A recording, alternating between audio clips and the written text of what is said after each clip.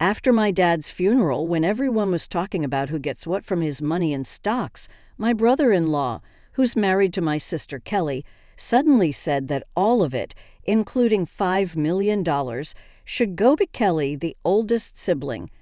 My sister and brother-in-law were happy, but the lawyer told them they couldn't just decide that. My name's John Watson. I'm 42, work in sales, and have a wife and 2 kids. My dad owned a big part of a company, and even though he was old, he still worked. My sister Kelly, who's older than me, has always been a bit of a problem for our parents with her bad behavior. My sister, who's now in her middle years, still doesn't have a steady job and just lives her life however she wants. I've never really liked her, so I've always kept my distance. Then, when she turned 50, out of the blue, she brings home this guy and says, "I'm getting married." The guy, Chris Adams, is younger and good-looking, but he's pretty lazy and not very pleasant. My sister starts asking Dad for money for the wedding like it's no big deal. She blows through the cash real quick and then has the nerve to ask for more, which really upsets Dad. She figures she'll inherit everything eventually, so why not? I just watch her with a cold stare. Less than a year after she gets married, Dad has a heart attack while playing golf and passes away a few days later. It hits me hard, and I feel really sad. The sudden news of Dad's passing shocked all his friends, and our phones wouldn't stop ringing with condolences. But I couldn't just sit there and cry. I took charge, helping my stunned mom with all the arrangements for the funeral. As usual, my sister was nowhere to be found, off doing her own thing. After the funeral, utterly exhausted, Mom and I finally got a chance to catch our breath. But the very next day, a lawyer showed up at our door to talk about Dad's will. Mom and I already knew what was in it, but my sister and her husband barged in, clueless about the whole thing, and dropped a bombshell. All of Dad's stocks and the $5 million inheritance will go to my wife, the oldest daughter. So, hands off, Mom and I were speechless at their audacity. "We did it, Kelly. Now we're set for life," cheered my brother-in-law, fist pumping with joy. The lawyer, clearly surprised, spoke up. "Hold on a minute." As my sister glared, the lawyer gave them a stern look and said, "Kelly, you're not entitled to any inheritance." My sister and her husband were stunned, protesting. "That can't be right. Kelly's the oldest daughter. She should get everything." It was clear my brother-in-law had been banking on that inheritance, assuming my sister would get it all. Their expressions shifted as the lawyer spoke softly. "Did you not know? Kelly is not Mr. Watson's biological child." Suddenly my sister's face paled, her eyes darting to our mother.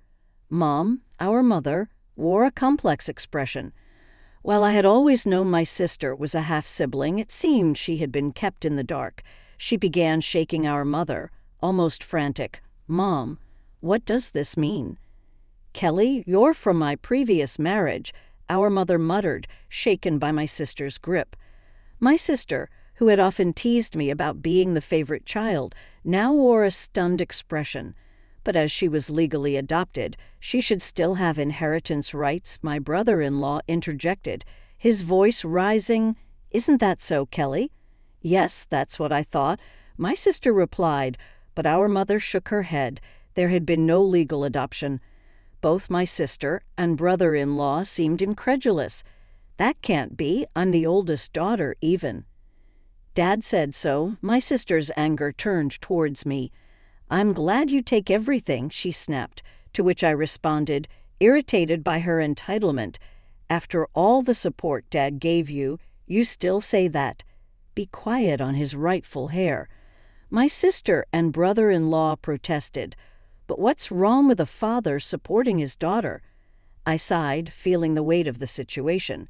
While it's normal for parents to support their children, my sister had been using my father's money to settle debts and deal with various troubles. Mrs. Watson, John, who had been silent until now, suggested, "Why don't we let Kelly see the will, too?" "The will? I have no idea about that," my sister panicked. although it was her own fault for not paying attention. Dad wanted us all to discuss the will's contents when he made it. My sister brushed it off and went out to play instead. When I pointed this out, my brother-in-law gave her a fierce glare. "What were you thinking?"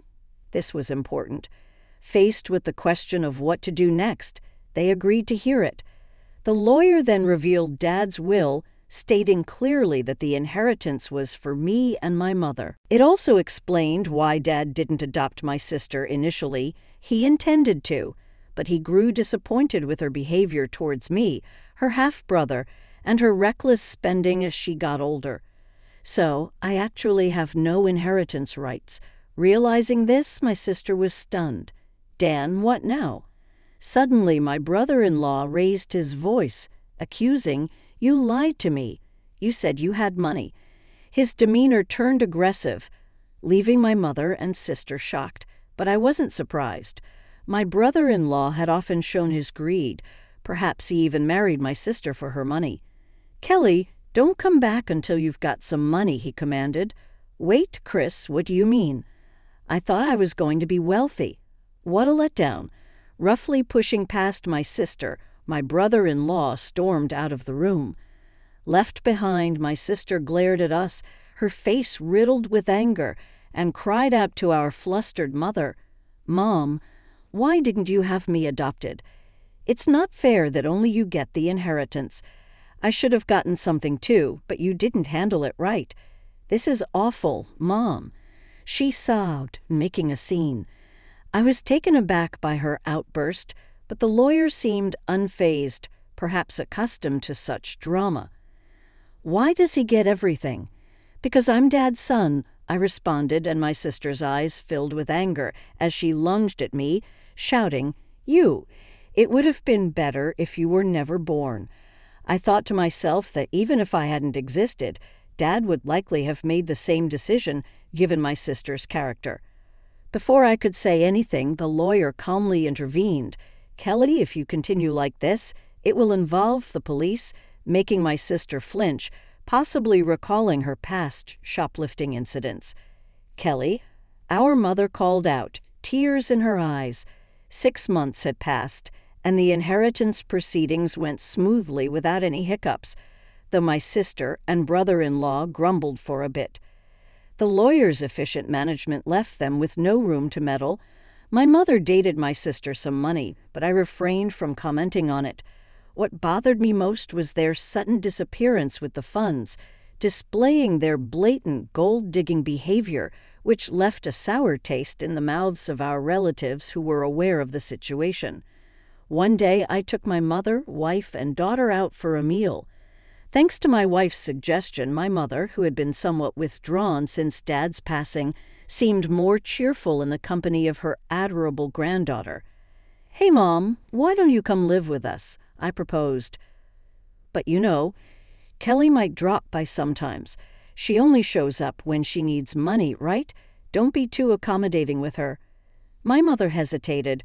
Her reluctance was understandable given that my sister is her biological daughter. Plus, if our family moved into the family home, my sister might stir up trouble again. Respecting her concerns, I simply asked her to think it over as I drove towards the family home to drop her off. As we pulled up, we noticed lights on in the supposedly empty house. It wasn't the time for the helper to be there, so maybe my sister had returned with that in mind.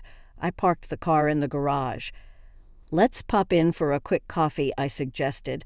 As we stepped out of the car and headed towards the entrance, a car suddenly swerved towards us, narrowly missing us.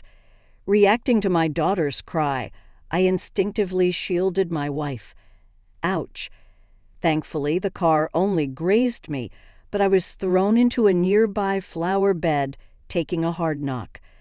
The car came to a halt after hitting the garage entrance. "Are you all right, honey?" My wife and daughter rushed over to help me up, while my mother stood trembling at the entrance, understandably shaken. Panic ensued. I was rushed to the hospital by ambulance and had to stay overnight. Later, I learned that the driver was Chris Adams, my brother-in-law. He claimed to the police that he mistook the accelerator for the brake, but I doubted his explanation. When my mother and sister visited me in the hospital, my sister looked at me coldly and remarked, "You're surprisingly resilient, aren't you?" I couldn't help but think that if I had been seriously injured, my mother would have inherited everything. "Too bad for you," I said with a smirk. My sister visibly tensed.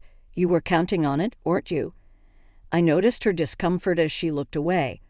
"Well, Mom told me she plans to waive her inheritance for me, so causing such an accident was pointless," I revealed. My sister seemed taken aback by this revelation. It appeared incomprehensible to her that someone would refuse what they could inherit. "I have a wife and kids, so Mom asked me to pass it on to them." "That's what parents do," I explained. But, my sister stuttered. "I even made a will early on, following Dad's example," I continued, leaving my sister speechless. "So, unfortunately, my share won't be going to Mom anymore." My sister trembled and shook as she stared at me. "Can't you at least give me some? There's $5 million, right?" When I firmly refused, my sister's face contorted into a furious expression as she grabbed my collar. "Give me half, I'm your sister." I regarded her with pity as she continued to scream in an unsettling tone, perhaps driven to madness by the prospect of the inheritance. "Don't you realize that your greed would disappoint Dad?" My sister's face flushed with anger as she reached for my throat. "Kelly, what are you doing?" My mother returned, her voice raised as nurses arrived to escort my sister out. Although my mother seemed inclined to defend my sister, it was clear that my sister had directed insults towards her too. Where did I go wrong in raising her? It was heartbreaking to hear my mother say this with sadness in her voice. Shortly after, my mother fell ill. As her condition worsened, my wife and I stepped in to assist with transportation and household tasks at the family home. This seemed to upset my sister, likely because she had encountered my wife during her visits to ask for money or had heard about our help from our mother. One day my sister called me abruptly. "From now on, we'll take care of Mom." "You two don't need to come," she declared. "What's this all about?" I tried to reason with her, but my sister didn't listen and hung up, claiming it was already decided. I confirmed with my wife, who had received the same message and been dismissed. Concerned about my sister's lack of experience in caregiving or household duties, I quickly reached out to my mother. Surprisingly, my brother-in-law had some caregiving experience. At that point, my mother was still quite independent, so it seemed manageable for the time being. I felt a bit relieved. However, within a month, my mother was rushed to the hospital by ambulance due to a medication dosage error. She appeared alarmingly frail when we arrived. The doctor was puzzled. My mother had never made such a mistake before. While my wife stayed with her, I went back to the family home, which was in disarray. The fridge was empty despite my mother's love for cooking, and it seemed the hired help had been canceled without discussion. I felt ashamed for even considering trusting my sister and was furious. A significant amount of money had been withdrawn from my mother's bank account, even though her bank card and PIN were secured in the safe. Thankfully, the account containing the inheritance was untouched in a safe deposit box, but most of the funds allocated for living expenses were gone. I gathered essential items for my mother's hospital stay, along with her bank card, and returned to explain the situation to her. Did Kelly? My mother seemed unaware of the bank card situation. However, when I inquired about the medication error, she looked somber and confessed that it was prepared by my brother-in-law. "Mom, perhaps it's best not to allow my sister into the house anymore." I suggested, "John, I promised to take care of you, but the house is in such disarray and you've lost so much weight. Have you been eating properly?" My mother's words weighed heavily on me. "Mom, you should come live with us. I'll build a home where we can all be together," I proposed, causing my mother to break down in tears. However, her health continued to deteriorate despite the doctor's efforts. Perhaps the incident with my sister had weakened her heart. She never recovered and eventually passed away, almost as if following my father. Upon returning to the family home to make funeral arrangements, I discovered that all the valuables had vanished. It appeared my sister and brother-in-law had taken them in their desperate pursuit of money. Standing amidst the empty rooms, I was first shocked and then consumed by fierce anger. I vowed to hold them accountable for their actions.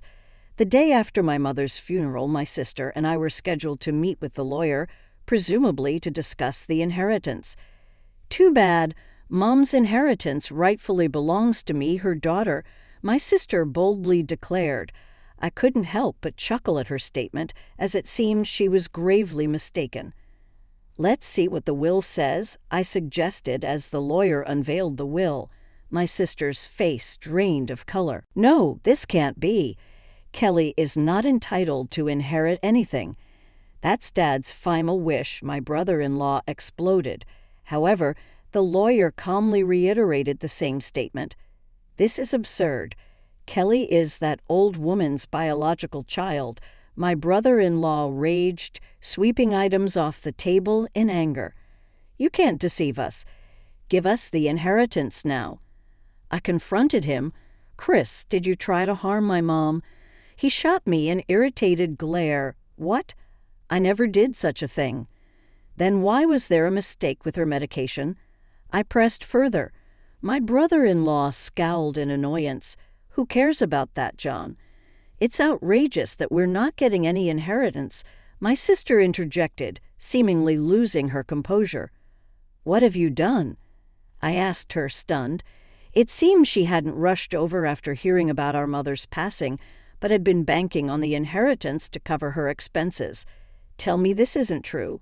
I'm getting nothing," my sister demanded of the lawyer.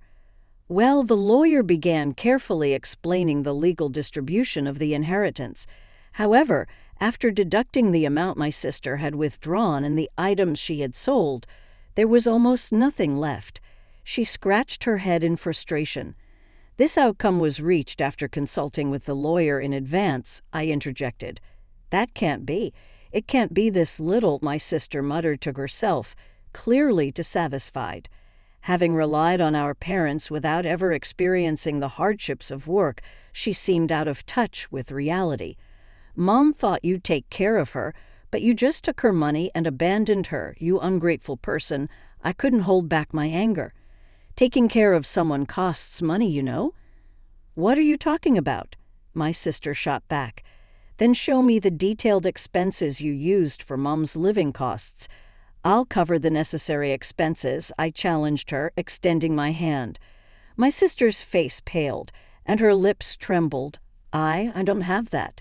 "Without receipts, it won't be recognized," the lawyer emphasized, leaving my sister speechless. Facing her, my brother-in-law attempted to sway me with a pleading tone. "John, your sister really needs help. Can't you lend her a hand, even just a little?" I declined firmly, feeling my frustration growing, and it seemed my brother-in-law was reaching his limit too.